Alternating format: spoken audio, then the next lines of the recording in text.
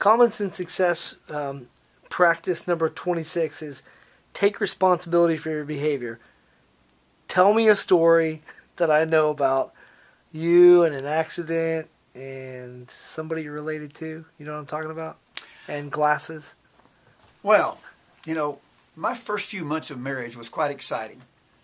I get up early one morning to go to work. I get in my car and I pull up to a stop sign, and all of a sudden I get rammed in the back by a car. Now I jump out of my car. I'm super mad, and I look, and it's my wife. And I throw my glasses, and I break my glasses that I can't afford to lose. And I get upset because my wife ran into the back of my car. Well, I had to take responsibility for that. Otherwise, I was going to end my marriage in quick fashion.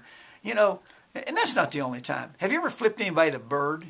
I don't know about you, but I have flipped people the bird before. I was with a friend of mine in Chicago, a man I went to church with of all people, and I was getting ready to pull out on the freeway. Somebody blew the horn at me, and I reacted and flipped them the bird.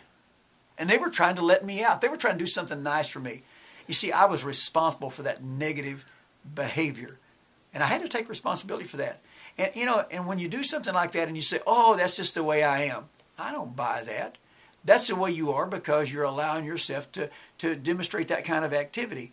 Take responsibility for your behavior. I was wrong in both cases, and I've corrected that, and I'm still correcting negative behavior.